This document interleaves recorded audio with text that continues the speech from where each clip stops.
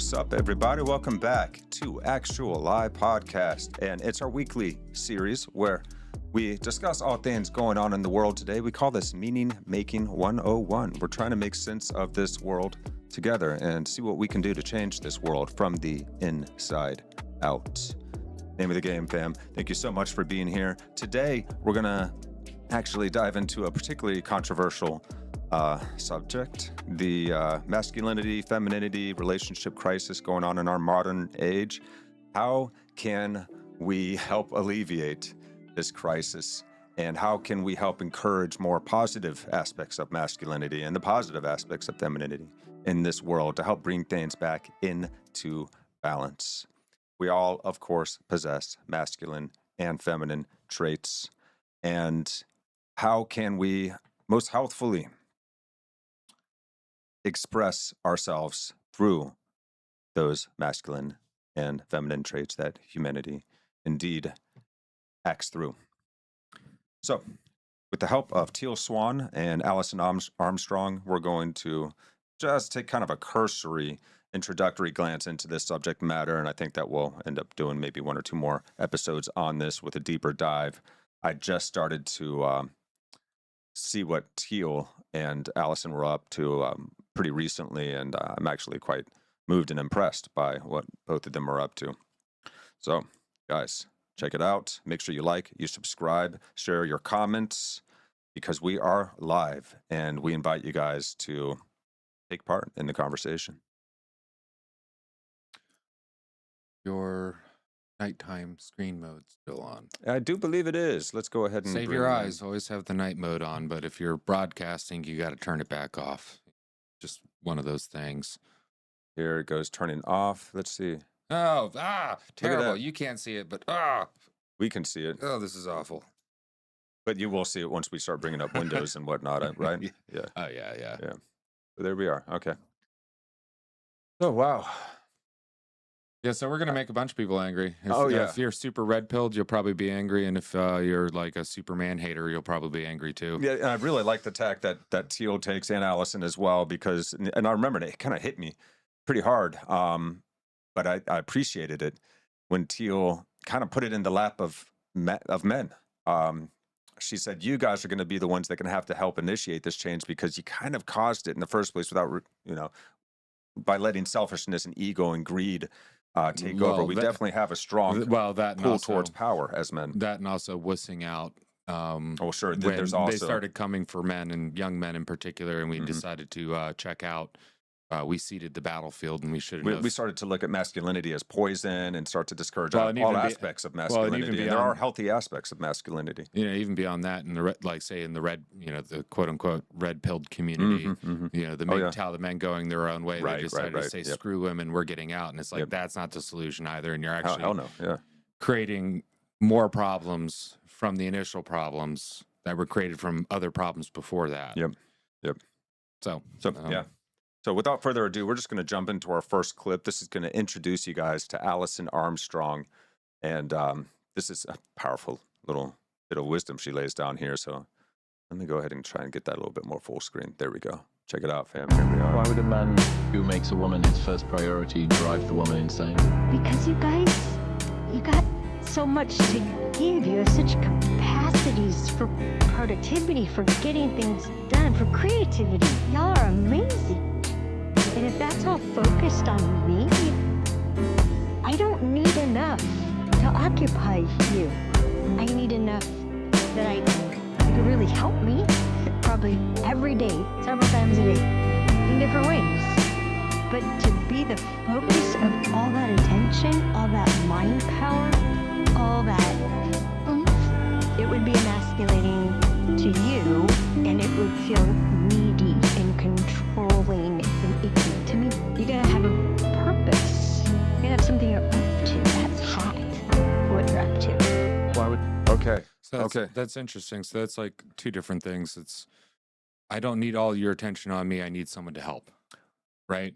Because all that men attention, need a purpose. Yeah, men need a deep sense of purpose. And that's attractive to the feminine. But what she's saying here with the whole, like, you're paying too much attention. Yes. It's like, well, I can't be enough to fill your entirety You're of giving your up intention. your sense of purpose I for need me alone. your help. Yeah, I need your help. I To- need your assistance. I need your protection. I need your security. Actually, that's probably something good to look towards for somebody that you're in a relationship with. It's like, if you're a man and you're in a relationship and the woman that you're in a relationship with just needs more and more of your attention, but doesn't want to hear nothing that you have to say, you're probably in the wrong relationship. Opposed to, stop giving me so much attention. I'll tell you when I need the help. Possible. Or it could be that the masculine, the men in that relation, or the man in that relationship needs to really start taking ownership of his own healthy masculinity and start putting more energy into his purpose, because that's what she fell in love with in the first place. That's also how he can provide security. But we as men, when we fall in love, boy, do we fall deep, and we really want to just give our all over to that woman. And we can sometimes hyper focus on the relationship itself to the neglect of other passions and missions that we are on in life. And that's not what she wants. That's not what we want. But we can have a tendency to do this. And you can actually see that pretty transparently in the creeper incel types. Yeah. Where they just throw their entire attention at one person, whether it's like a parasocial relationship with like a streamer, hardcore stand on something, or like, like going after like one girl in their social life and just all the attention. And what do? They cringe away. Oh yeah. Because you're too available. Well, and even with children, if you pay too much attention to children, it's not going to end out right. We have a name for this. It's helicopter parents. So it's like in relationships, if you're a man, you're going to create an unhealthy, codependent kind of relationship, a dependency. And, one thing, ladies, you may not realize, but it seems like we're not paying attention. We're not listening. It's actually the opposite. We can hyper focus and put our attention so deeply into something that it can risk destroying it. Yep. That's just what we do. Well, we're hunters, that's, you pay close attention until you get it. Yeah. And you focus on it. You learn everything about it. You put it on there, and you don't want to treat your partner like prey, right? Yeah. That's not healthy. Yeah. Yeah. Right. That makes sense. So we're going to hear some of these opinions from the female perspective, which would be really nice. And not the, just crapping on dudes because they're dudes thing, but more of a holistic understanding of, women criticize men. They're in relationships with dudes, so within that polarity, they kind of know us too. Yep. And sorry, I'm just kind of clipping through things. Yeah. Go faster because I'm looking for a particular. We're looking for a particular one, but this this is one of the touchiest subjects we can touch upon. Oh my God, yeah. We've talked about religion, we've talked about politics, but talking about male-female relationships, it's like no, don't talk about that. Just like, well, we need to, because here it is. There's been a lot of things that have really messed up men and women's ability to work with each other and create good families and good relationships with each other. Yep.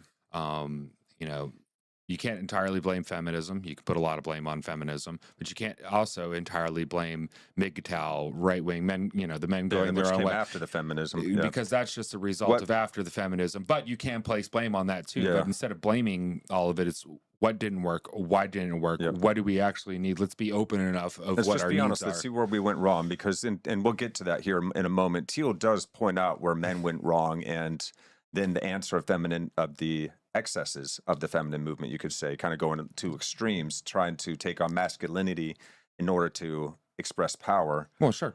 Took them away from their own feminine powers that they naturally have, and we've forgotten about those, in fact, in our modern society, that the femininity has its own strengths and powers. Sure. And you can't just adopt masculine traits to achieve the kind of equality or the balance that we need in our yin-yang configuration, because we are more like puzzle pieces that fit together. We're not like exactly alike men and women, or masculine and feminine. And to be fair, the 1940s, 1950s American gender roles, as we saw them then, were oppressive in certain degrees, and that's why you had this movement of women need to be like men and take the power back and all this stuff, because it did become too far in its own grasp. Being in positions of power corrupts.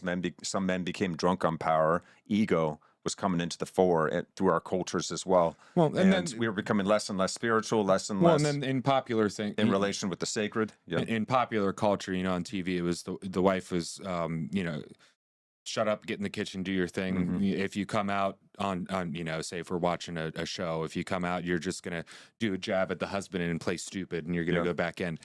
That societal maleness wasn't healthy for us. Right. Now it did it did some good work in its time. And, you know, like 1940s, 1950s, these people came out of 2 really bad global wars. I get it, but it went too far. So then the feminism went too far to counteract with it. And then the MGTOW went too far to counteract that. And we forgot how to raise our children, I guess, somewhere along the way. But some men, we can go towards the tyrant mode. Sure. You know? Well, yeah. Oh, yeah. Or we can go towards the wise king sure. mode. And how do we raise more wise kings and peaceful warriors? And how do we tell the difference between a tyrannical dictator and a benevolent dictator? Because, like, in a certain sense, you know, a good father figure should have some dictatorial, like, you know, okay, you keep asking why, because I said so. Yeah. But where's the line between tyrant and they're cruel and they're not fair and benevolent? Right. Because dictator just means somebody who should dictates always what come we're from, gonna do, you know?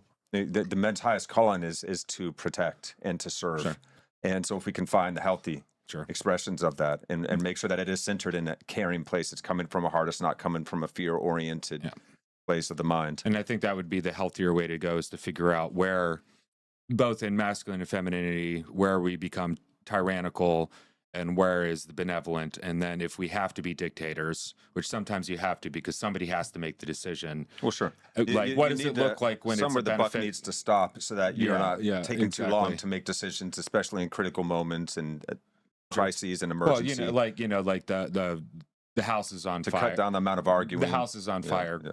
Grab the kid, grab the other kid. We're going to tell the dog to come, but you need to get out now. Instead of being like, well, why? What's going on? Is like. And men are naturally oriented to responding to dangerous situations like that because of 2 million years of history of. Well, I like the division between in public and in the home, because there's always been this thing, and we've always seen it, and we write it into our comedies. But when a healthy family unit is out in public, the male leads. You know, he walks in front, he checks the doors, he opens the doors for his lady and his children and all that stuff. But in the home, that's her home. She makes the decisions. Pick up your socks. No, these go in this basket. This is the order within the home. So it's who's going to be the dictator when, and how do we keep that benevolent instead of being tyrannical? Crap, man, I forgot to get the Rumble going. Oh no, we're gonna get the Rumble going while we're still chatting. Sorry, Rumble, we're still trying to figure it out. And then YouTube. Okay, this is an aside, but YouTube changed a bunch of stuff. Oh, they sure did. Like, if you're on the streaming end, things are in opposite places. And then if you haven't heard, you know, millions and millions of channels on YouTube have been scrubbed because of the AI moderation system and all that stuff. So if you are still seeing us and you're still here, we appreciate it. Yes. We're glad to still be here. Yeah, say hi if you're in the chat, guys. But on this episode, we're going to piss everybody off. We're going to piss off the MGTOW. We're going to piss off the feminists. We're probably going to piss off the centrists because, you know, I'm somewhat of a centrist and I get pissed off about this too. Because, you know, though I am a single male, I still value my friends having healthy relationships and families. And nothing breaks my heart more than going to a friend's wedding and knowing it's not going to last. You know? Because you're just like, ah, damn. Like, yeah. Because maybe the guy's over infatuated, puts too much energy, and is just overly doting on his wife, and his wife doesn't need that and can't fulfill that for him. So eventually he's going to get bored. And then, well, with the internet, you know, you can dote on some e-girl online, and you can, you know, send her the quick bucks, and she can say your name and the thank you and send you private stuff. And well, there you go. And on the lady end, if you're always super suspicious of men and you don't know what you want from a man, where you're going to go looking for other men once you have one. And you're always going to be suspicious. So you're not going to be able to settle down with any of them. So it's like you're kind of, both of the sexes are screwed. All right. If we go, you know, too far into this. So are we up on the Rumble? We are up on the Rumble. It looks like it's just doing this part first. I don't know why it does that. Yeah, well, we'll see if that... We'll figure out this technology one day. But in the meantime, we're just going to continue to yap at you. I'm just surprised I know how all this works. I'm a Luddite. I don't do the technology. I don't like it. But it's balance, I guess, yet again, like masculinity and femininity. It's balance. You got to balance the technological. You can't hit everything with a rock, and you can't shovel rocks with a computer. So you got to figure it out. Well, that's not entirely true, actually. The modern excavation equipment are pretty much computer run at this point. If you do it, you know, if you got the new stuff. Tells you everything you need to know. But yeah, it's sad. what's happening with our relationships, and not even just romantic relationships, but interpersonal, say like business relationships. It's like I'm seeing so many guys and so much stuff on the internet where they're like, they won't even talk to female coworkers. They won't even associate them, look at them or anything because of the risk of, the Me Too thing. Because like, say if your buddy walks in, and he's looking a little extra ripped, and he put a new shirt on, he's looking good, and he's looking tight and fit, and you're like, man, you're looking real good, man. I can tell it's working out for you, man. That shirt looks real good. You're looking like a player. But you can't go up to a woman and be like, oh man, I see what you're doing. You're looking sexy. It's looking great and everything. Like, you can tell your buddy is looking sexy. It's like, look at you, right, all trim and sexy. You can't do that with women. And rightly so, like, we shouldn't be, slapping our what do you call them, our the woman at the front desk butt and be like, good job, darling, hun. Yeah, whatever. You can't do that. But there's a lot of men that feel like they can't say anything, they can't do anything, they can't have a positive relationship. And we are in the time and place as humans where men and women occupy the same working spaces, and we have to be able to get along in those working spaces as well. Because what I'm seeing right now is a heavy domination of women and women's sensibilities in the working place that don't necessarily afford men a space to actually be as productive and useful as they could be, because they're holding back for fear of being punished and ostracized by something they didn't even think about. Yeah. Just being like, hey, hey, Kelly, you're looking great today.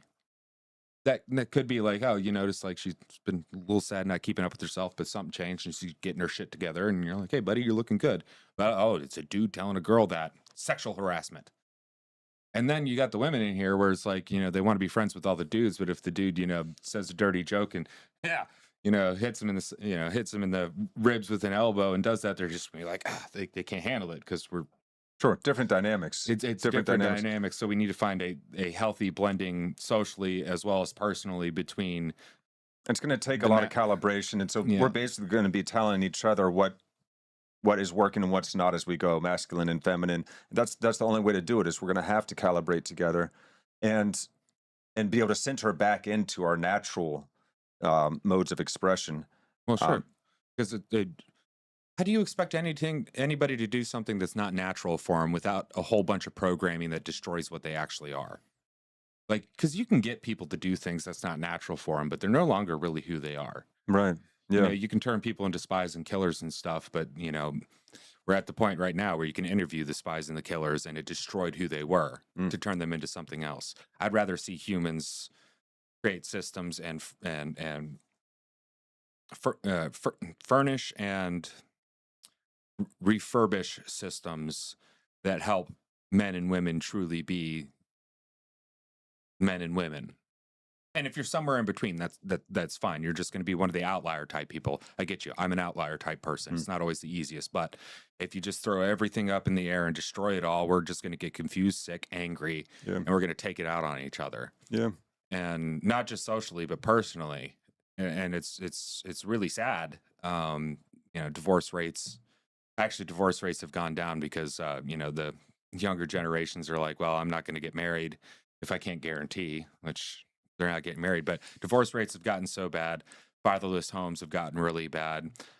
Women feeling worthless once they get through in life. And they got the boss babe thing and they did all that stuff and they're still feeling hollow. And then men, they made a whole bunch of money and all this stuff, but they ain't got no kids. They got nobody that loves them. Like, we kind of got ourselves in a tough pickle. Yeah. Yeah. And we need to get out. And just blaming the other is not going to work. So the understanding of the other, men, if a woman actually knows what she wants and she's telling you what she wants and what she needs, you need to listen. So we need to figure out the discretion to understand it's actually what she wants and what she needs, or work it, she's working it out. And for women, the same thing. What do men want and what do they need? And the only way to understand that is to talk, to discuss, have open dialogue before you get in a relationship with somebody. While you're dating them, instead of just sleeping with them, maybe have these conversations over dinner. Yeah. What are you looking for in a relationship? What kind of man or woman do you want to be? We're so afraid of love. We just want to nurture it once we have it, and then we forget to do all of this. And we're not taking responsibility for the level of relationship we're about to fall into. Yeah. It's hard to regain your composure and do this in the midst of falling in love. But I think you're right. That's precisely what we should be doing, is having those mature conversations. Because if you don't, then things are going to fester that you don't even know are happening. The feminine is going to be trying to give you all kinds of subtle cues because they don't want to just yell at you. So they're going to go through 15 different subtle cues that most likely you're going to miss unless you have as a man, have taken the time to start to try and understand women's psychology and really listen and pay attention in a way like when you're doing something that takes a lot of acuity, like when you're working on a project, you're building something, you're writing music or playing with music with other people. You really have to pay very close attention to what's happening around you. We need to bring that kind of attention into our relationships and to how we try and understand our mates. I think that's what dating is. It's much easier said than done, and we think that we're doing that, but there's things that I'm hearing the feminine tell us now, and it's actually refreshing because Teal and Allison aren't actually here shitting on men and talking about just the toxic aspects of masculinity. Those are well known and understood. They are actually saying, here's what we value about masculinity that we see some of you guys falling off on, and this is what we need you to do. And all of a sudden I feel encouraged and uplifted and strengthened and empowered. Instead of feeling shamed for something. I'm ready to go, man. I'm hearing something honest that chimes and that clicks, and I'm like, oh shit, that's true. But you know what? I could see that if I start working on that, I'm going to feel better and things are going to change around me. And it's, sure. And well, that's shame versus encouragement. Instead of feeling shame for something you did, be encouraged to do something, right? Or instead of feeling shame for something you did or didn't do, be encouraged to do the thing that you're not doing right now. And in order to be encouraged to do that, you have to have somebody tell you what it is that they want. And if you're a purpose-driven individual, you gotta good luck finding your own purpose.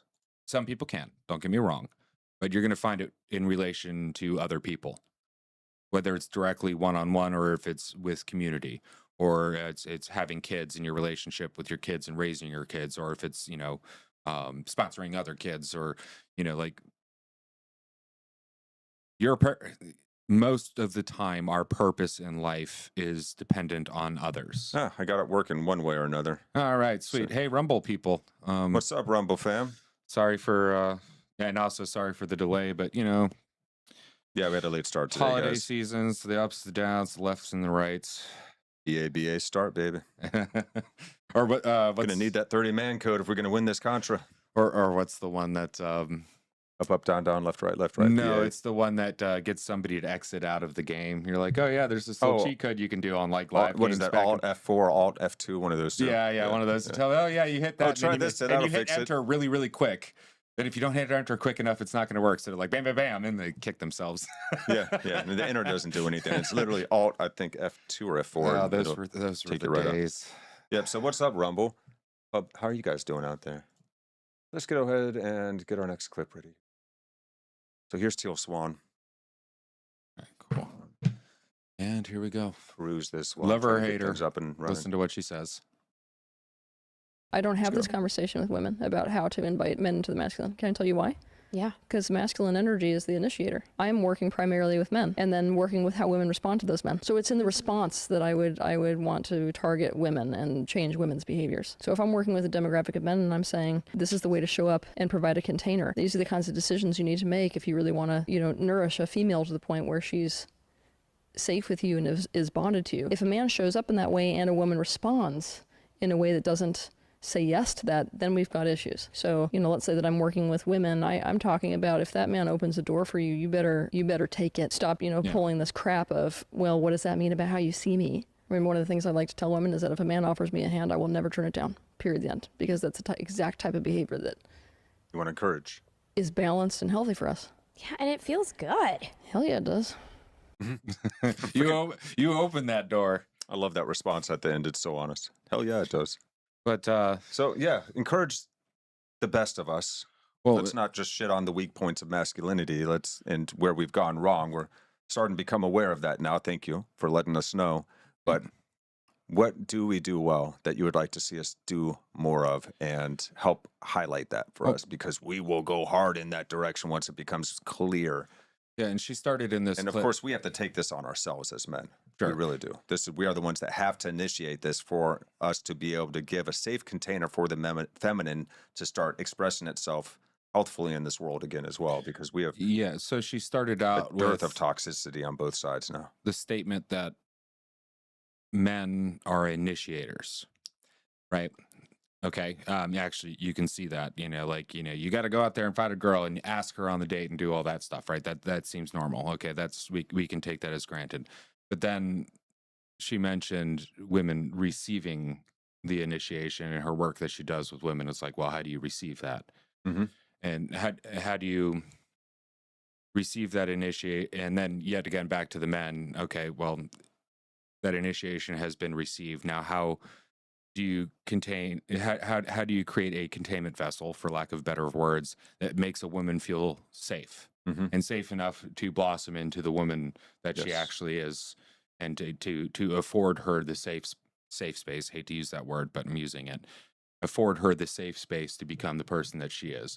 And simultaneously doing, like, if a woman does that and is clear about what she needs to afford that safe space, it gives the man a purpose. Yeah.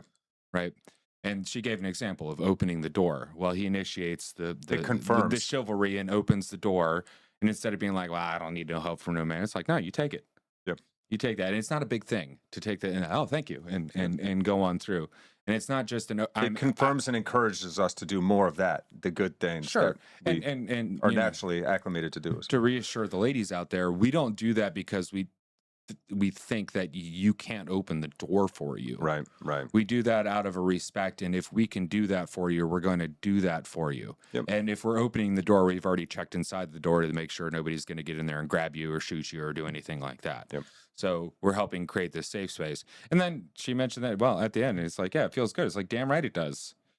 And it's almost so there is a tradition of gift giving that I learned from Persian people that I got to work for and be around. And the idea is this: the best gift you can give to somebody who's giving you a gift is to receive the gift happily. Yes. And the worst insult you can get, so if if I give you a Christmas, that's why regifting is such a faux pas, right? There's a commercial where the couple's regifting a bread maker that, his wife's sister gave him. And it's like, I don't even know where this bread maker came from. And she's watching on the Ring doorbell. And it's like, you motherfucker, regifting this thing. Well, it's like, because you're not receiving the gift. And that's actually our relationship with God, too. God is giving us the gift of grace. And if we don't receive it, it's an insult to the gift giver. That's right. Yeah. And gratitude, you have to complete the circuit. Sure. And even if you're not just supposed to be receiving, you're supposed to be giving that love, that gratitude back to God. The original experience of life that you are having through this unique vessel, you are consciously saying, oh, thank you so much for this life, God. Let me give you this experience that I'm having right now. Consciously back up to you and thanks. So we're not just receiving, we're saying thank you. This is how it feels to feel your love and be in relationship with you, with what you've created. Yeah. That's a full, great thank you, and you are fully receiving now.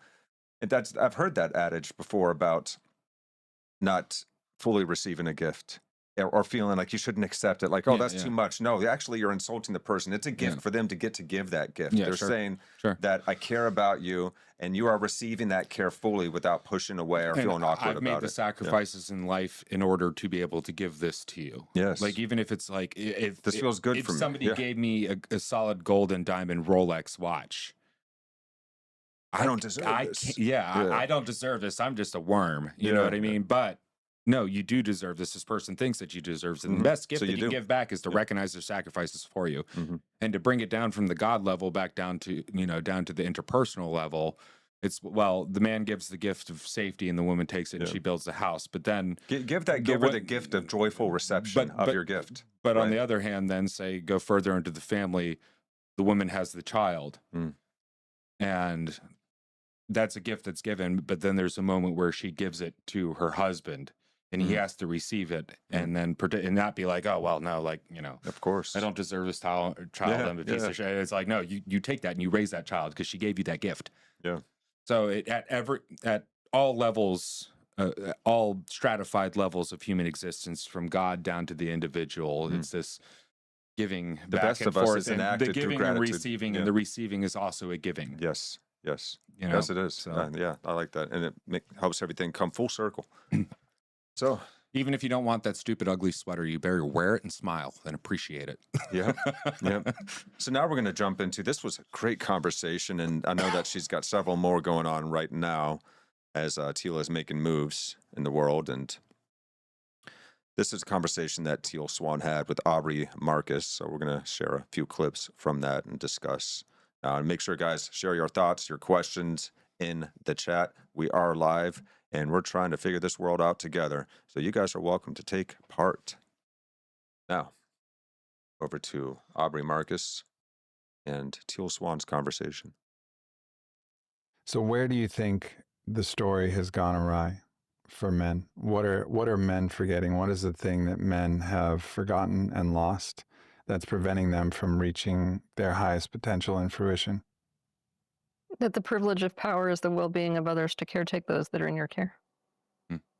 Which is also the single biggest, I should say, highest expression of masculinity.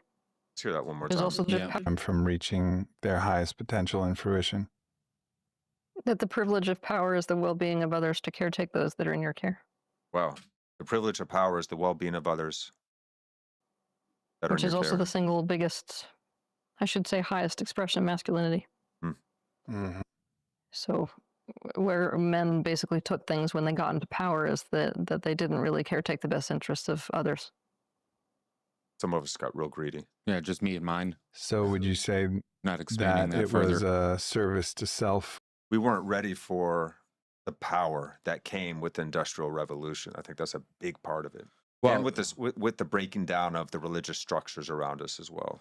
Or perhaps the Industrial Revolution facilitated a natural end result of a healthy inclination, which that would be back before the Industrial Revolution. There was only so much power a person could have unless they're extremely exceptional, like royalty, or built themselves up to like be the head trader or something like that. But after the Industrial Revolution, more power got into the more layman's hands. So then even within their house, they could exhibit, well, I'm just going to look after me and mine. I'm going to make the money I'm going to make.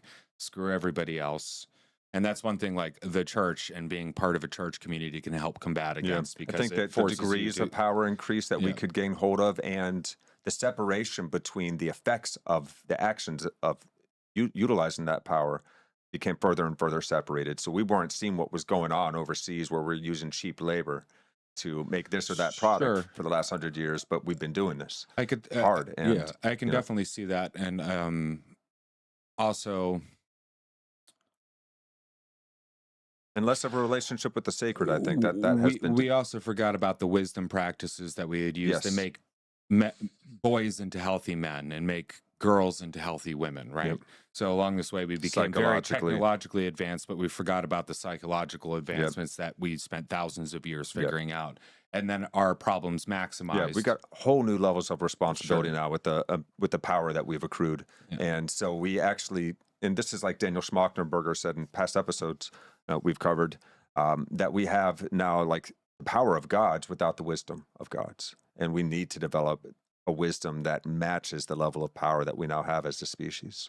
Well, and we've also created a system where you can be a tyrant within your own home without having to be connected to your community, so you don't have the checks of the community to tell you that you are being a tyrant. Yeah. Right, because you can be so less membership in churches and community kind of gatherings and things has caused us to not be able to keep tabs on one another as well in our local communities. Well, do you look over hold people accountable? And do you look over your white picket fence at your neighbor and talk with them? No, we really don't. No, we don't. Like in the white picket fence. No, I mean there's commercials where it shows the awkwardness between people coming home at the same time and how they're trying to avoid each other, and that's actually seen as like a good thing. Like you don't want to deal with that person. Yeah. Yeah. So or you don't want to share the other half of your Twix. Yeah. So now they advertise to our egoism. So that responsibility, because the responsibility is the ability to respond. So you have power that is ultimately granted to you by other people. Because as a man, you can exhibit all the power you want, but if you can't convince other people to go with you and help you and be with you and be a good dictator opposed to a tyrant dictator, they're not going to follow you. A good leader. Yeah. Now, if we're super secularized all the way down and sectionalized into just the home, well, you can be a tyrant over your wife and your kids, and most people won't even know. They're like, oh, they seemed like a perfectly fine family.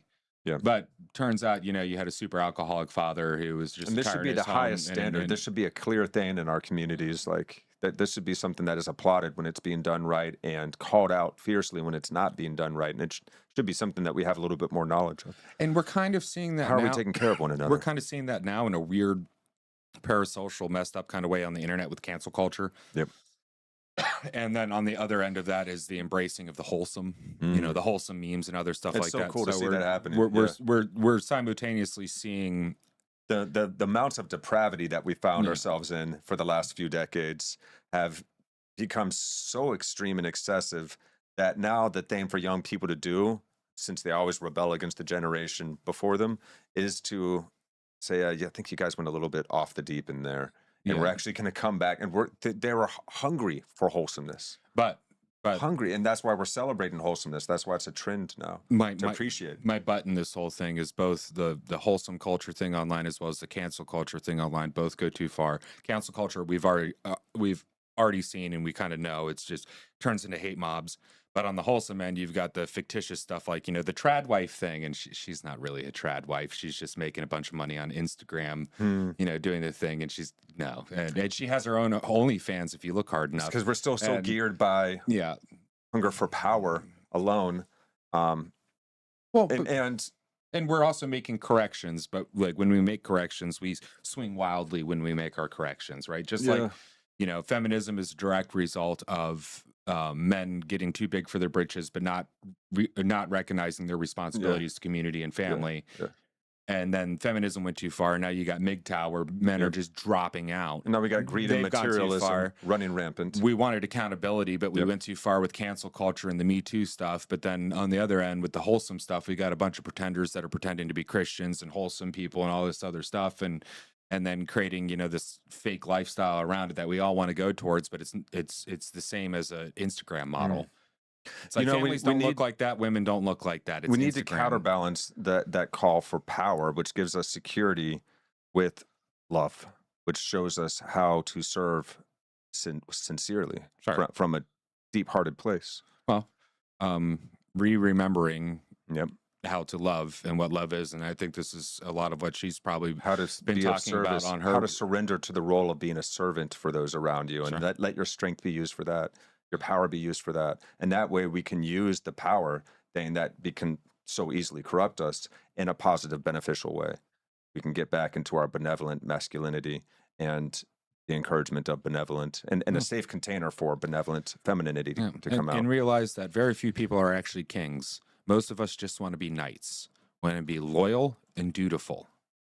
That's what we want. It's very rare, back, don't we? It's very rare that we actually can be kings. But so many of us, it's like, oh no, you're king, and we call each other kings and all this. That's a goal for all of us to strive towards, is to be that wise with your power. Too many kings, too many chefs. Yeah, we need more sous chefs and knights, right?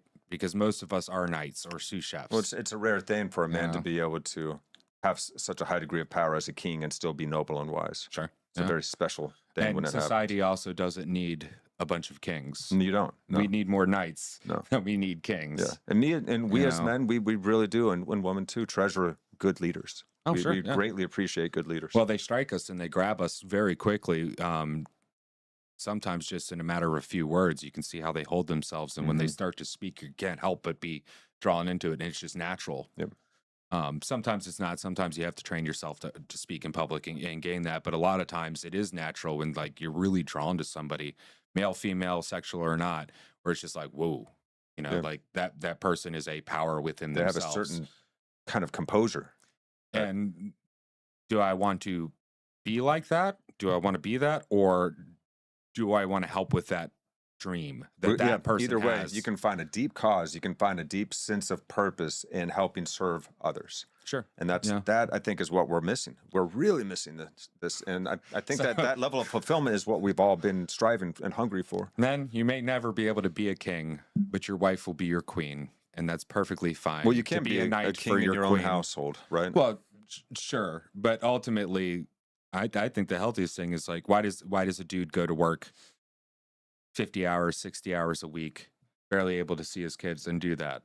Not just for the money, because he ain't got no money. It all goes towards the wife and the kids and the house and paying off all this stuff. Why does he do it? Purpose. It's his purpose. Helping the family, being a servant to the family, even though he may be in the top position, decision maker, out and about, he's still, his power is granted to him by, I don't want to see, the subservience, but his power is granted to him by his family and his relationships with other people. And I think that's the difference between being benevolent and being a tyrant. Yeah. Is realizing who gives you that power. And that's the problem we have with government. Yeah, there you go. They don't like those people in power right now don't realize who gives them their power. Yep. So let's jump ahead here now, because there's a part where Teal now talks about, Teal and Aubrey here talk about doubt and humility, realizing the ego is always kind of trying to sneak itself back in here. And so very much on topic. Let's go ahead. Shadow impulses of servicing themselves. Oh, yeah. But I mean, most people don't operate through the world with that kind of question in their minds. I feel like there's a degree of doubt that one should keep as their bedfellow walking through life. For me? Yeah, sorry. I feel like they're great. Servicing themselves on their perception of good intentions that allows people to actually act out on their shadow impulses of servicing themselves. Oh, yeah. But I mean, most people don't operate through the world with that kind of question in their minds. I feel like the question that they're discussing right now is, when I'm doing something for others, am I really doing it for myself? And that we should always kind of be asking ourselves that question. We should have a little bit of doubt. Is my ego sneaking its way in here? Am I doing this to look good or feel good about myself or something, instead of actually really just like, you want to do good, like it says in the Bible, without your other hand knowing, that the and the reason why I don't believe in actual real altruism is because you always get something, even if it's good feeling, out of it. Yeah. So you have to kind of be like, well, if I want to be close to altruism, I need to make sure that my good feeling is not the dominant reason why I'm doing something. Right. So let's jump back now, because I just wanted to set that up properly. Here we go. Degree of doubt that one should keep as their bedfellow walking through life. Doubt is a good bedfellow. I think all of our actions should be measured against, is this truly in the best interests of the other person or other people, plural? Yep. Is it truly something that I'm doing, what am I getting out of it? Sort of like, where is the me in this whole picture too? I feel like when we operate with that type of mentality and we operate with a little bit of a seed of doubt, we become safer. Yeah, that doubt is a form of humility.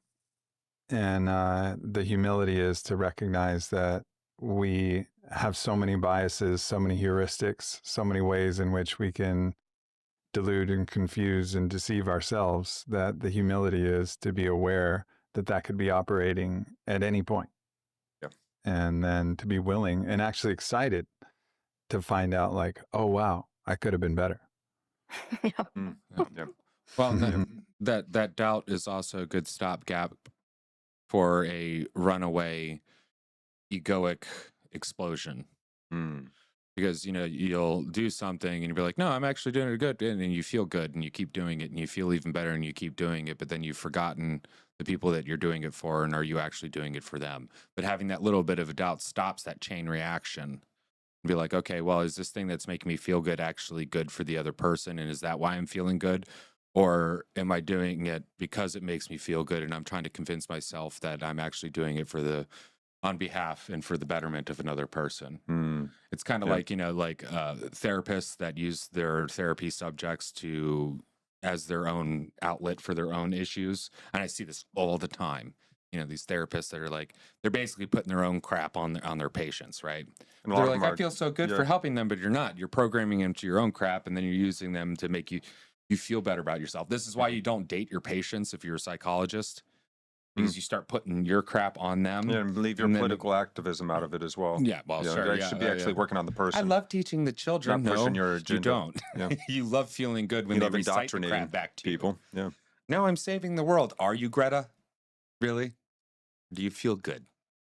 We are too certain that we are right when we fall into something that we really believe in.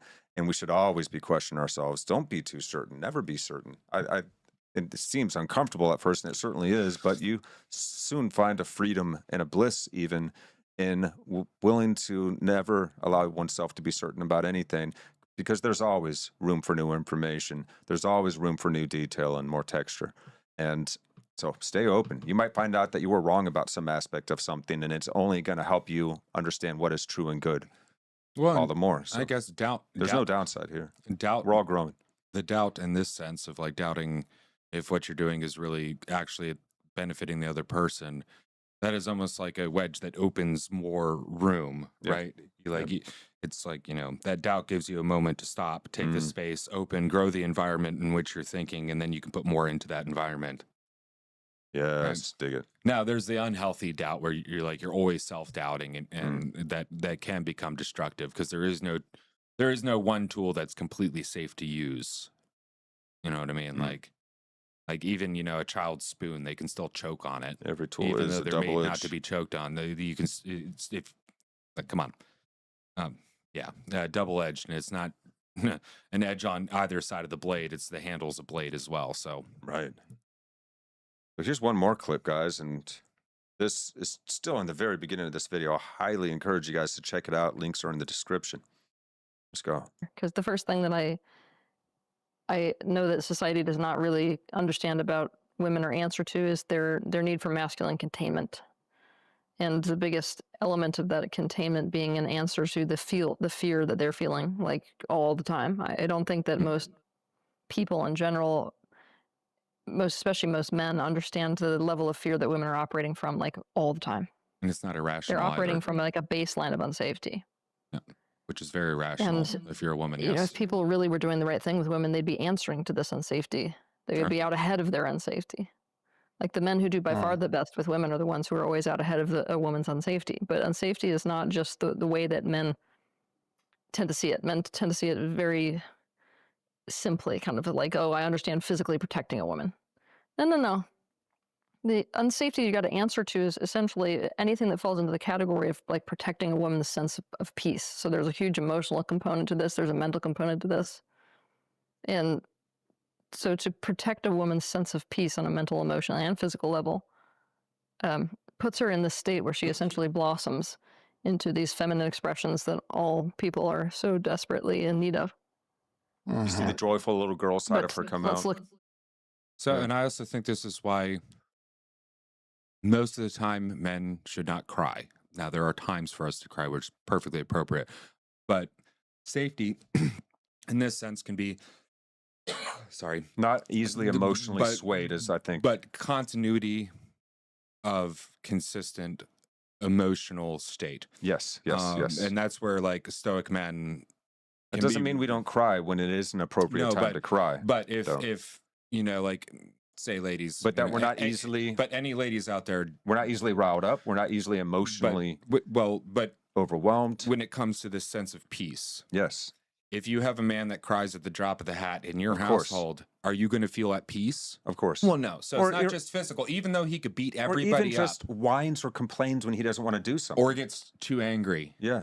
Or control his emotions. Angry at the wrong areas. What we want to be as men, I believe, is a sturdy rock. A strong tree that is deep rooted, that the wind cannot easily move, so that the storms of life can come, but that woman knows that she can hold to you and you're not going to be easily moved or swayed. You're going to provide that emotional, psychological, spiritual, physical sense of safety. Sure. Yeah. And so some of what she's saying is this containment isn't just I can physically contain the environment and I can keep you safe physically, but it's also emotionally and spiritually.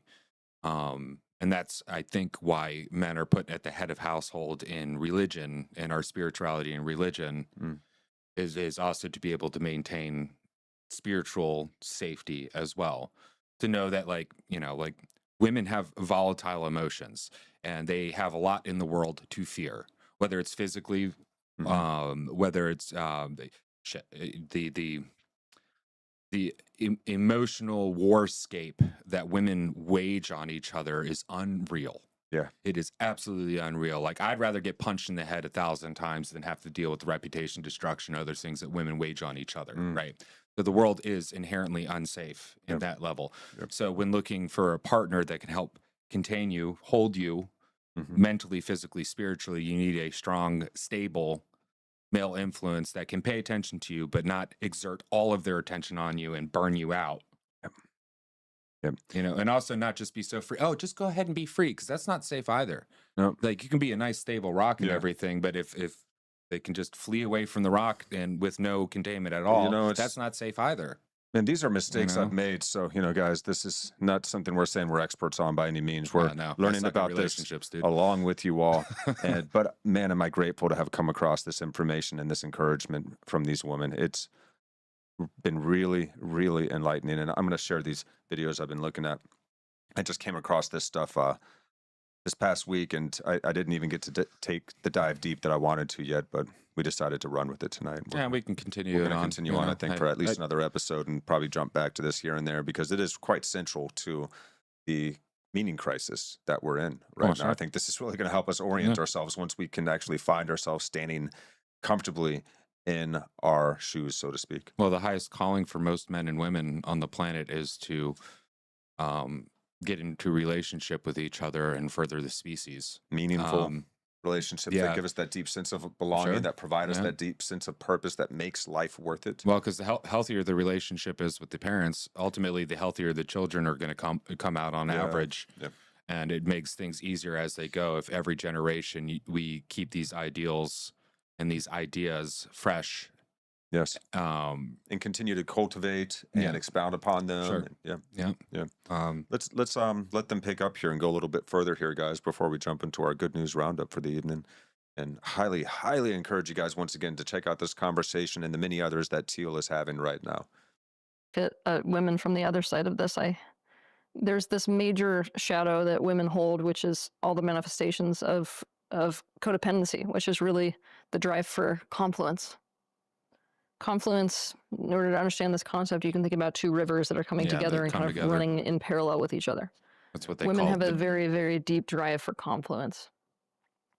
But that deep drive for confluence, and even we could say that deep need for containment, often drives them to a place where they're giving very crucial elements of themselves up for the sake of whatever confluence they're trying to get in a relationship. So we have abandonment of authenticity. We have manipulation tactics. We've got victim control. We've got, like, within that kind of container of codependent behaviors, we've got a lot of negative manifestations of the feminine. We're not allowed to talk about that. We're not allowed to talk about the language. Wait. You mean that there's a toxic femininity as well as a toxic masculinity? What? How could that be? You mean we're all just pendulums and we can swing either way too far? You mean we're all really are human? Oh my God. Boy. We're not perfect. Wow. Okay, that's good. Well, it's good to know. And she said, the women are interested in the confluence, the coming together of these things. You can see these manifestations. And they're willing to sacrifice to achieve that. Well, how much do we want them to sacrifice of their authenticity? Yeah, well, do you want them to just be... How can we help come into confluence with them so that they don't have to give up the best aspects of themselves and they start switching on to the negative ones to try and turn us into trying to achieve that confluence at a detriment to oneself in a relationship? If you have the assumption that your man wants this trad wife with the double D breasts and this sundress, and that's not really you, but he's a strong man and you feel like he can produce good kids for you and a good household and everything. Yeah, you'll give up your, like, I don't want to wear the bra and I don't want to wear that. Like, I'll cook for you and everything because I love cooking. I love doing that stuff. But I'm like, oh, well, they're going to go ahead and do that. And now they're doing that, which isn't them. It's something else. It's what they think that what you want. You want, the 1950s, hair, the stereotypical trad bimbo you want, but that's maybe not what he wants. But now you're not yourself. You can't give up yourself.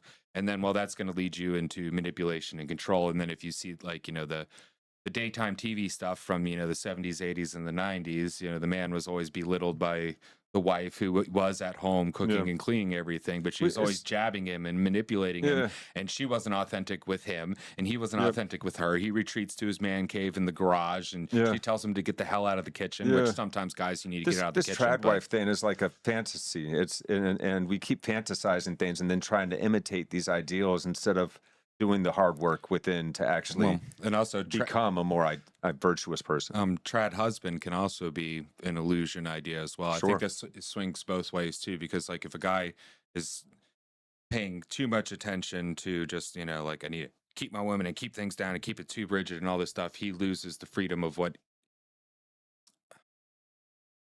Okay, to explain this, men, we seem really rigid, but we're actually pretty damn flexible, and we can force ourselves into a lot of boxes that we shouldn't fit into. That we don't need to. So you'll force yourself into this box that you don't want to be in because you assume maybe your partner wants that, or you assume that's what you're supposed to be doing, right? Men so you're can lead losing by authenticity on both ends. Yeah. And then also becoming manipulative on both ends.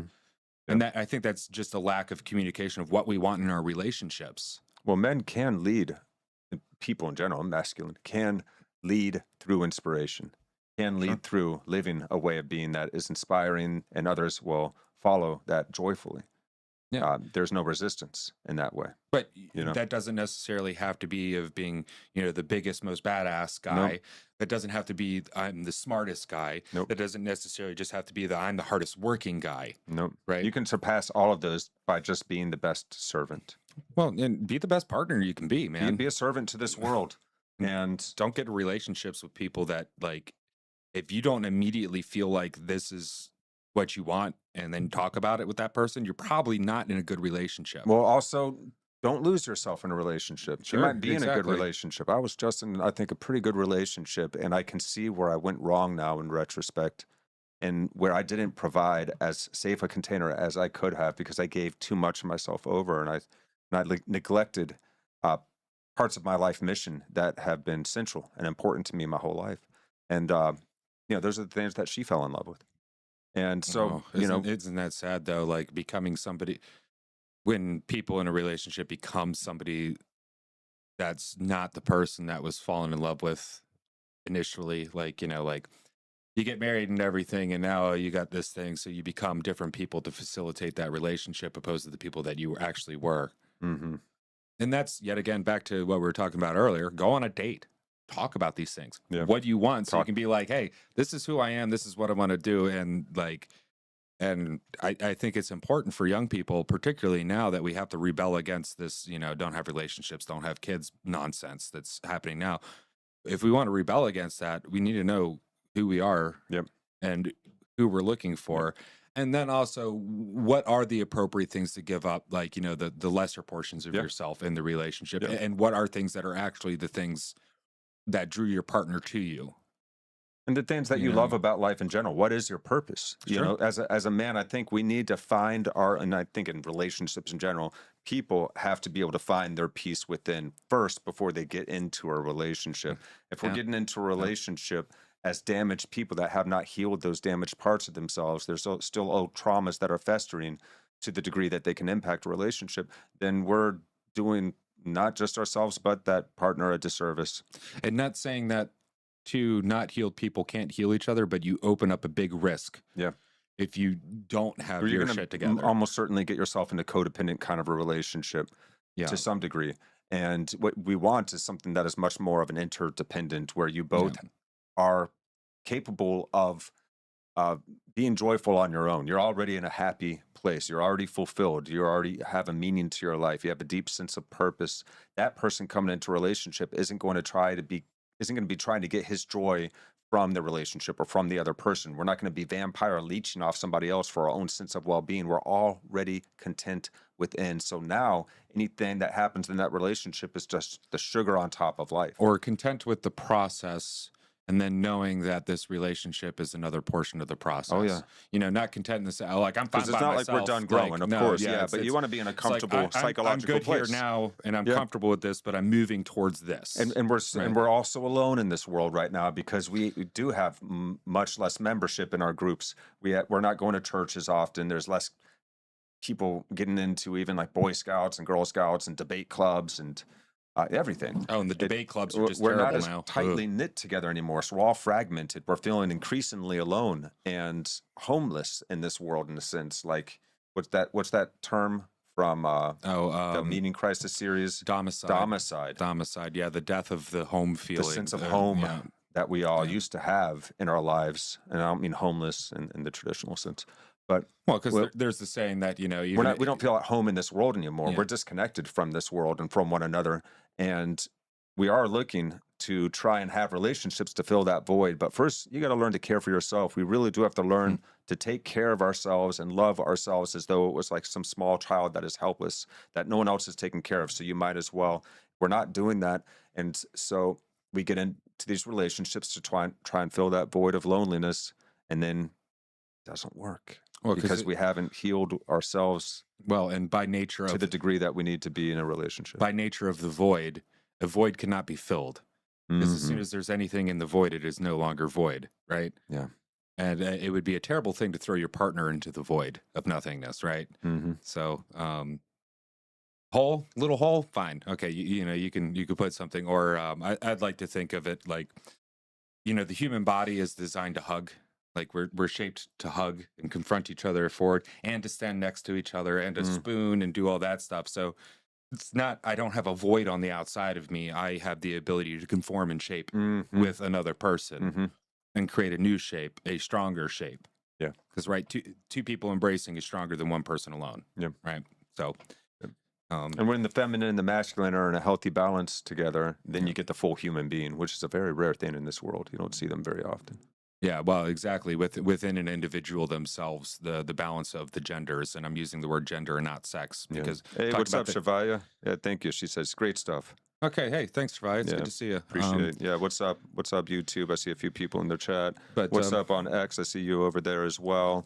Rumble. I don't know if we have anybody in that room, but thank you guys all for sharing and being here. But we are a malleable, conforming species, and I don't mean conform in the negative sense that we have, like conforming to arbitrary authority or anything like that, but conforming into to understand things and wrapping around and becoming to form into is like, from the relationships I've seen of people who've been married for a long time and really love each other, they almost become the same person. Like when they're out and about, start taking on they're traits very much the similar person. Now, mind you, they are different people with their own unique characteristics, but when they're together, it's a one cohesive, confirming and conforming. It's a powerful thing that you're running into there. Yeah.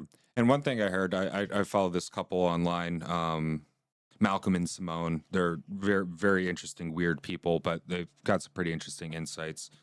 But one of their rules in their relationship is not tearing down or negging on the other in public. So if they have like a disagreement in public, or if like, say, like the husband is being belittled by the family, his wife's not going to belittle him. And they had to talk about this and be like, look, like, I don't like it. Like when my family's getting on my shit, and then you, because you just want to keep everything going fine and just, keep the peace, you'll go with them because everybody's doing it. It's like, nah, like, I need you to have my back. Right. So it's, the rules, sticking up for your partner, calling them out in private opposed to in public, not belittling them and tearing them down. And that goes with just interpersonal relationships too. There's a rule for very cynical people, which is don't tell anybody, even your good friends, the good things that you happen in your life. Because most of the times you'll find out that they'll either start talking about themselves or they don't care. I don't like that, even though it's true a lot of the times. You should be finding friends that you can tell the good things in your life to. That'd be like, oh, hell yeah, that's awesome. Feel really good for you, instead of being like, oh, I remember when I was doing that when I was a kid, like, oh, it's like, no, like all these things that we talk about, men and women relationships and marriage and dating and all this stuff are applicable, just normal human to normal human, as well as human to God, as well as within our communities. That's what the as above, so below principle means. It's not, like we all have robes in heaven and all this stuff. It's like, no, at every stratum of existence, if it's a good principle, it can apply. We can go all the way down to, the organs in your bodies, the tissues that make up your organs, they all work together. And if they start fighting each other, you have an illness. You go all the way down to the cells. You can go all the way down into the chemicals that make up the components of the cells. You can go all the way down into the quarks of it. And you'll find at every single layer of relationship, there are confirming patterns, and then there are destructive patterns. And we can learn at every single level. You know, you go all the way up to God. Well, you have the conforming pattern, which would be the Word, which would be Jesus, but then you have the destructive pattern, which is the light bringer, Satan, the one that says, oh, you can be like God. God is now you have a weird reversal. G for generative, O for omnipresent, omniscient, so forth, D for destructive. And it's all that rolled into one. So at every level, we can apply these principles. Yeah. You cannot evolve. You cannot have rebirth. You cannot have growth without death. The cycle is running through all of existence. I guess we could watch a little bit more of this clip here with Teal, and then we can move on to our Good News Roundup, guys. So thank you so much for tuning in. Hope you're doing well as well, Shavaya. Jump back here. Yeah, so I don't know what's up with the Rumble stream tonight, guys. I'm going to have to upload this after the fact, but that's all right. We'll get up there. So here we are. Let's jump on back here and let Teal wax a little bit more wisdom before we jump on. Entertainment. And I'd love for you to, I know you've talked about this before in several places, but I'm curious as to why you chose that particular word as the description of what women need. What is the word containment, and why did you choose that word? Well, I chose that word because in therapeutic settings, we love to talk about a safe container. It's like a word it's like a term that's used a lot, right, in therapeutic circles. So it seemed a natural carryover because it's the same type of a concept of creating a safe container, only a man's doing that for a woman out in the world. Or I should say, in an ideal setting, men, plural, are doing this for women, plural, right? Yeah. So the best way, I was thinking about like different metaphors for how the masculine relates to the feminine.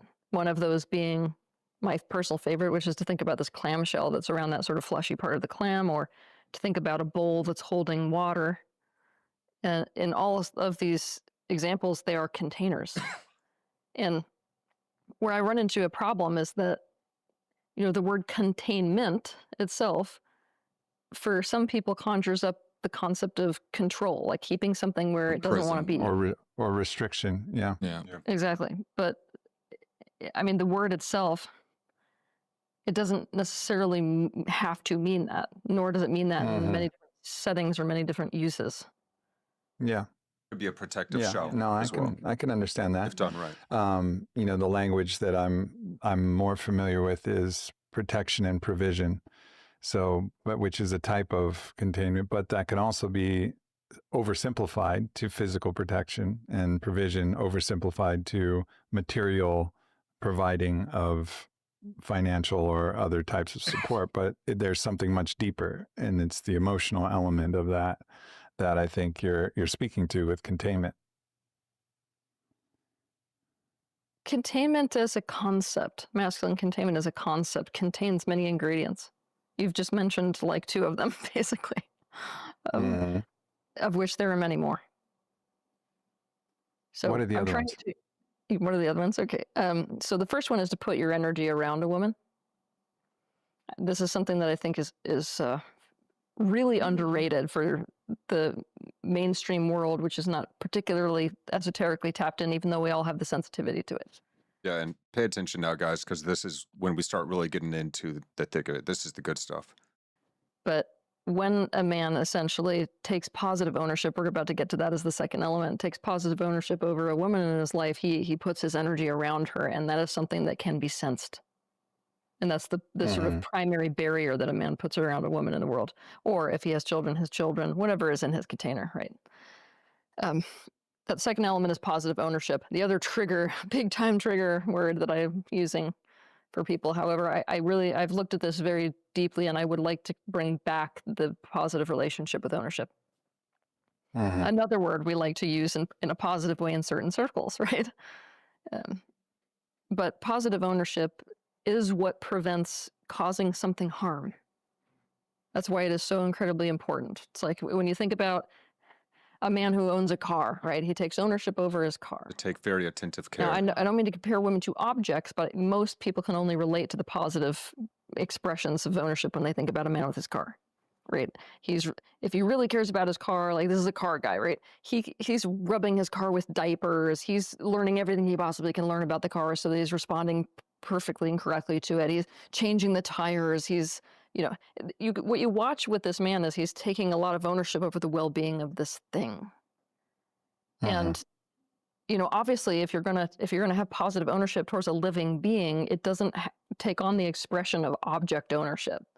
Like, you have to recognize that the thing that's in your care has free will. And that's an element of the positive ownership that you are showing towards that thing.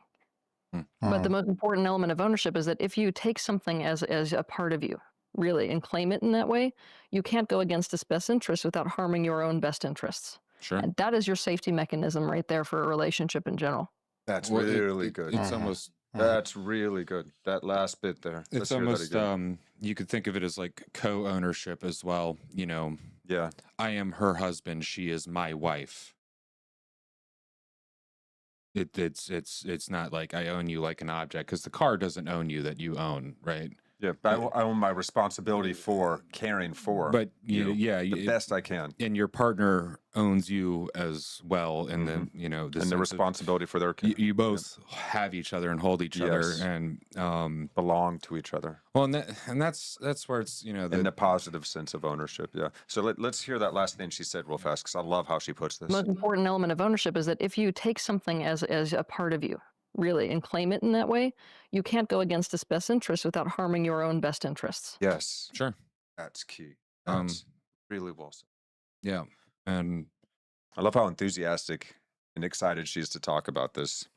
Well, and these are no words too. You know, it's like, what do you mean the man owns the woman? That's horrible. We're not just pieces of property. And it's like, you're missing missing it. Yeah, being triggered too fast and emotionally riled up. When he says something, when that statement's being made, it's he is incorporating you almost into his body, into himself. Yeah, right. And women do that as well to men, just different. Okay. When it comes to containment, men will build the house, women will make it the nest. He's basically saying caring for you is caring for myself. Yeah, yeah. And actually, the thing is that's right. Most men don't, like, in human history, have washed out. They've never had that.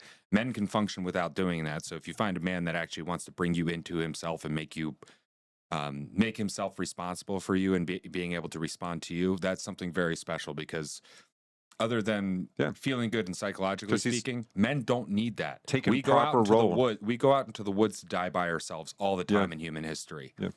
So it's very special to have that, and that's why it's like, you see really good, healthy men in these relationships. There's something different about them. It's like they're more complete. Mm-hmm. And like, yes, men don't have to be complete, but when they are completed by their women, there you go, ownership language again. Well, they're completed by their selfless service to a relationship. And so, of course, the best way for us to take responsibility for our roles in a relationship is to treat that person as we would treat ourselves, in a sense. It's to recognize that me taking care of you is taking care for this relationship. Me willing to be able to sacrifice my ego on behalf of becoming a better person. Yeah, on behalf of something else besides myself is the most positive way for us to gear ourselves in a way that is taking care. That's just it. Yeah. If you're just taking care of yourself for your own selfish interests, of course you're not going to be a great person to be in a relationship. If you're willing to sacrifice your own interest on behalf of something greater, now you are able to be a leader. But now you're able to be a positive role model. Isn't it interesting, though, that men will go so far into that responsibility of care for others that we will kill ourselves. We'll neglect ourselves, and you can't neglect yourself. Or we will literally go out to die in wars, in protection. You have to put the oxygen mask on yourself first to be able to help the person next to you in the plane going down. But interestingly enough, like men going to war to protect their women and their children, that's seen as like the highest pinnacle of being a man. Oh, right? Even though men, we got our issues, we can still realize that guy that fights for kin and country and the woman he loves and the children he left behind. That's the highest pinnacle. Oh, and he wants to do that. Sure. Yeah, you know, he's we dream about it. We play video games about it. You know, like there's something very appealing about that level of self-sacrifice. So for us, man, that's a good thing. So that's the healthy side of masculinity that we want to encourage in this world again. And then there's the stupid end where we'll just do really stupid stuff because our we have this weird circuit in us that's just like, oh, it's cooler. Somebody else is doing it. Fear inhibited. Do it. Jump off that cliff into the water. Walk across that really sketchy board 3 stories up. But sometimes it's needed, sometimes it's not. Yeah. But it's all balanced too. You know, what we really need between the sexes, what we really need within ourselves, what we need within our communities is balance. We now as a species are so unbalanced. Yeah. We have all the excesses of modern technology and everything, and the biggest problem is not for most humans is not starvation and not getting water anymore. Right. It used to be. Now our biggest problem is how do we freaking relate to each other? Yeah. Because we've lost the balance. Yeah. Because we used to depend so much on our community to stay alive. Well, we've gotten to the whole other end where we don't need community to stay alive, but there's still this community-shaped hole. There's still this other hole within us. There's our bodies and our souls are meant to wrap around other people. Right? So not a hole, not a void, but 2 puzzle pieces that want to fit together, and that's it, man. We're the yin and the yang, which is actually one shape. All right, guys. Thank you so much for joining us. This, I know, has been a very unique and perhaps uncomfortable one for some people to listen to. Yeah, let's talk about men and women. Oh, no, canceled. Yeah, the relationship crisis in 2025, that should be easy material. Yeah. But we're going to delve into it because these are the times that we are in. We're not going to hide from it. We're going to face it on. We're going to take responsibility for ourselves, and we're going to do better in this world because what have we got left? There's a lot of darkness out there that we're swimming in right now that we've allowed to be and we've allowed to fester. And we can bring light back into this world. So let's do that. Let's kick at the darkness at the edges and the corners of our minds, and let's bring light back in balance. So some good news, fam. There's plenty of bad news in this world. We like to actually highlight some of the good news at the end of every episode here on Meaning Making 101. All right, so let's go ahead and check this out. This is cool. Cutting edge facility generates pure water and hydrogen fuel from seawater for mere pennies. This has always been something incredibly expensive. One might call the first 3 weeks of operations for a new state-of-the-art seawater desalination plant in coastal China a watershed moment for the industry, long held back by fundamental difficulties in turning seawater into pure water. This new installation beats out previous flagship desalination plants in Saudi Arabia and California in terms of cost effectiveness, while adding a new valuable output, green hydrogen fuel. So this is awesome. So scientists, once again, are doing amazing things. This is actually happening in China, of all places.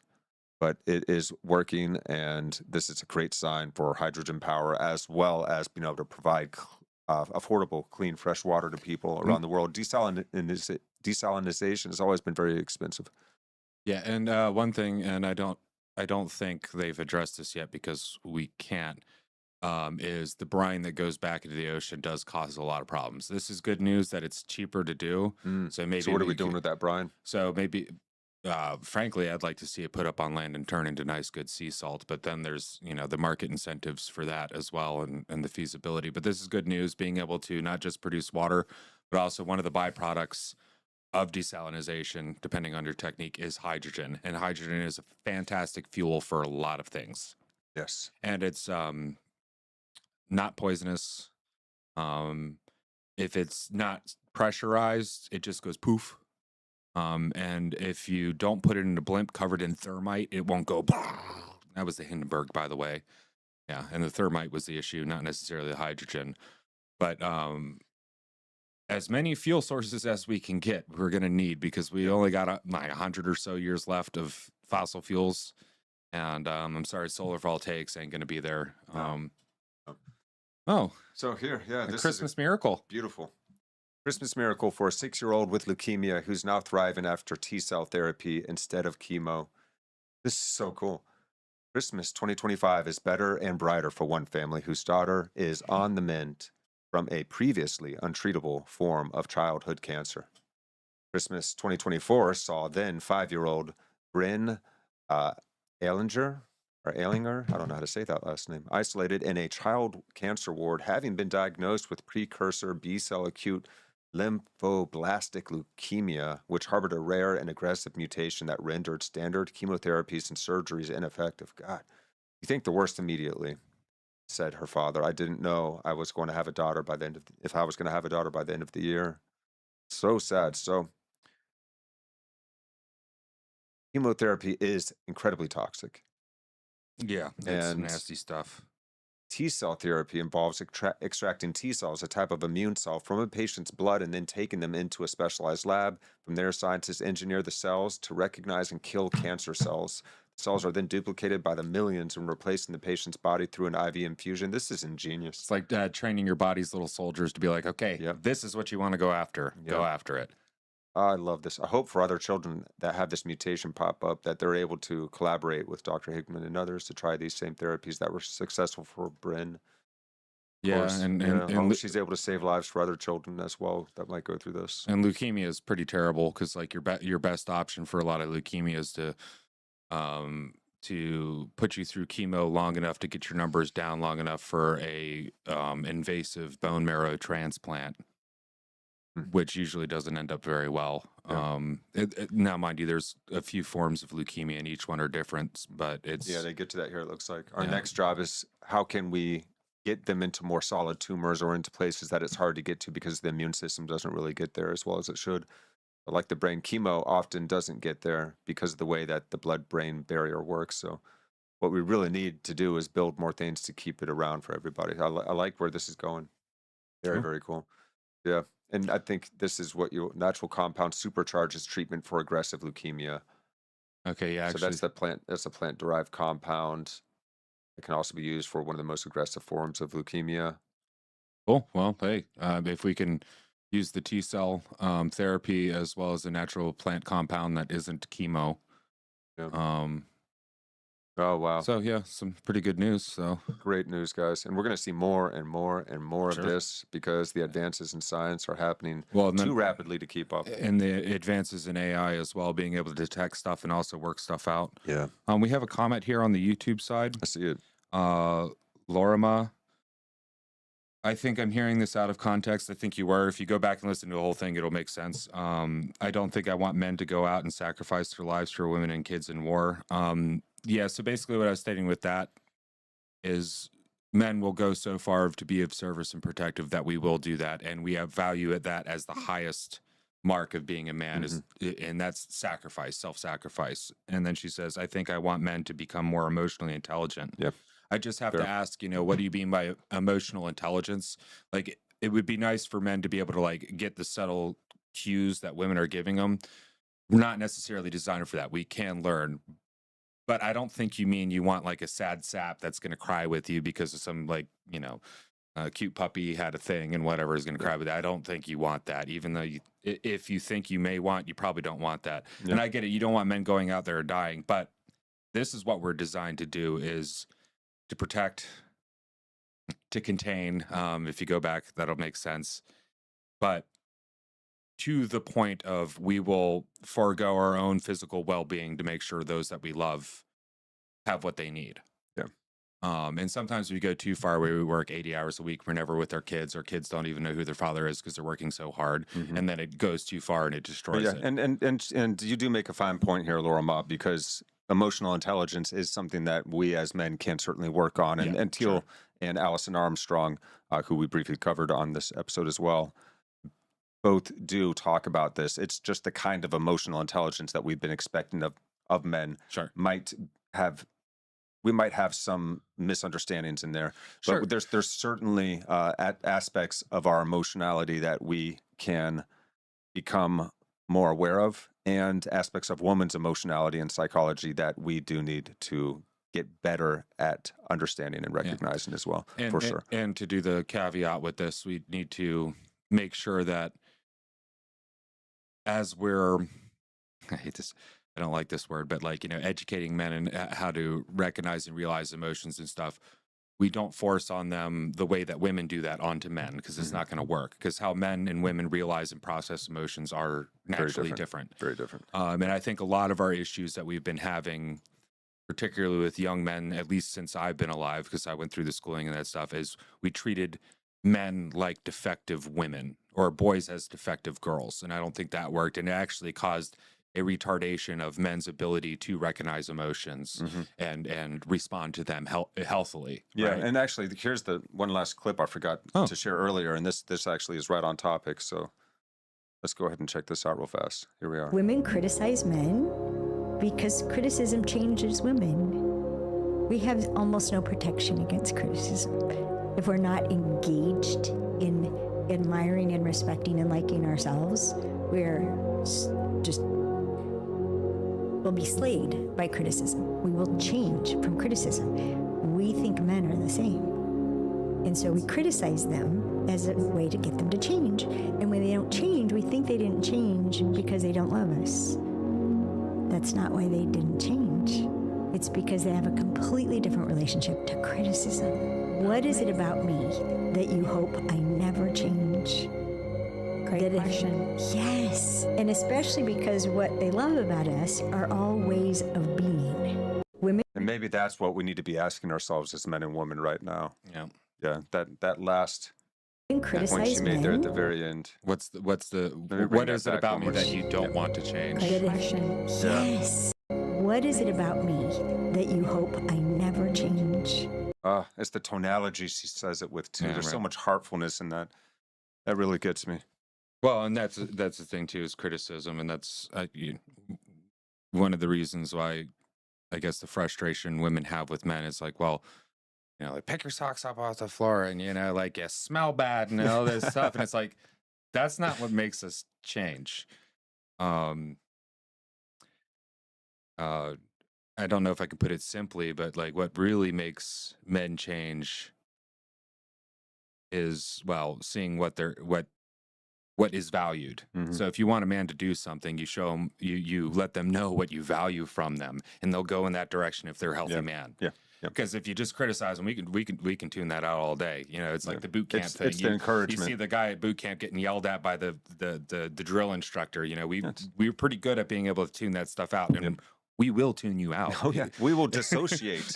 Yes, dissociate when we are insulted, and we'll clam up and close down, and we often will not. That will not change us. Criticism alone does not change men, but encouragement certainly.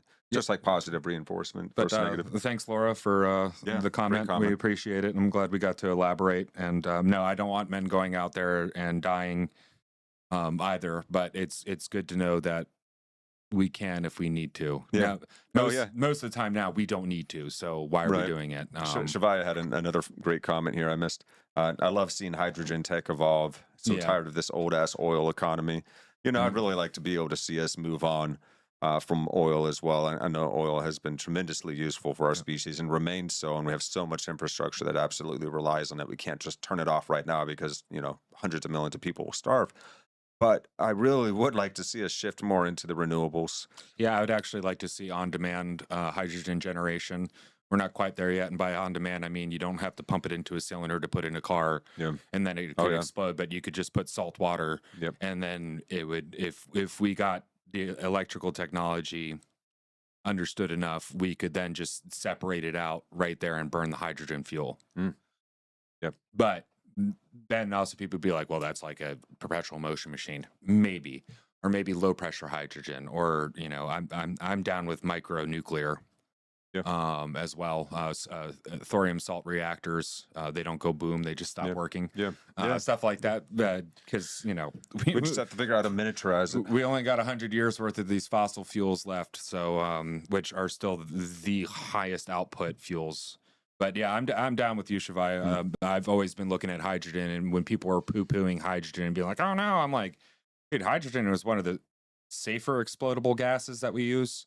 Just the problem is when you put it under super high pressure, that's when it turns into a bomb. That's when it gets dangerous. Yeah. But we're doing propane and liquid natural gas buses, right? That basically have one of those in there, and they keep blowing up. Or the lithium ion batteries. Oh, here's some more good news. silver ion batteries. They don't go boom in the water, and they don't like freak out like if you puncture them and all that stuff. And actually, silver is at $68 an ounce last time I checked today. Wow. And last year it was like 20 because of we figured out this new battery technology. Yeah. So oh my God. if you guys got silver, transfer it to gold and wait for silver to go back. That silver when I had the chance. Oh yeah. But anyway, good news, new battery tech combined with hydrogen where we can get it. Yeah. Combined with actually methane that comes from the rotting of your compost and all that stuff. We should be using that too instead of just off-gassing it, because methane is the cleanest hydrocarbon. It's CH4, so it's a carbon with 4 hydrogens, and it breaks down into 1 part CO2 and 1 part water or something like that. It's almost as powerful as propane. And if you build a bioreactor for all your compost and stuff, you can get enough to just cook with. So it's not just off-gassing, because everything that rots, like most of our methane comes from the forest under litter and all that stuff, and stuff at the bottom of the sea that's breaking down, and that's perfectly usable stuff that's not a fossil fuel that you can just generate. And actually in places in Africa and India and impoverished places, they're teaching people how to make certain biodigester reactors to deal with feces and also give them clean cooking fuel. Yeah. So you put all your scrap food into this thing that's been inoculated with the enzymes and the gut bacteria of ungulates, and it produces methane and compost tea. There you go. And with a little bit of hydrogen in here or there as a fuel booster for it, man, you could heat your whole house with that. But, you know, future technologies, let's keep moving forward. Yeah. Stop hating each other for, you know, men hating women, women hating men. Encourage the benevolence in one another once again, instead of the worst angels of our nature. Yeah, I want to see good, happy movies. Not these, you know, oppressed bullshits. Yeah. Like everything coming out of Disney is that nowadays. Seeped into everything. Man. It's Jesus. Yeah. Oh my God. Yeah. And that's a whole other topic. We can get into that weaponized cultural Marxism again another episode for sure. Yeah. It's here. Yeah. We love you guys. This has been another episode of Meaning Making 101, where we try to make sense of this world together and see how we may be that change we wish to see, so that we can literally change this world from the inside out, the only true way forward that we actually have here, fam. So this is our special weekly series here on Actuali Podcast. Thank you guys so much for joining. Like and subscribe. Make sure you share with your friends and family. And as always, share your thoughts and questions. And we will see you guys next time. Dance our way on out of here. All my buttons are working. I'm so happy. Yeah.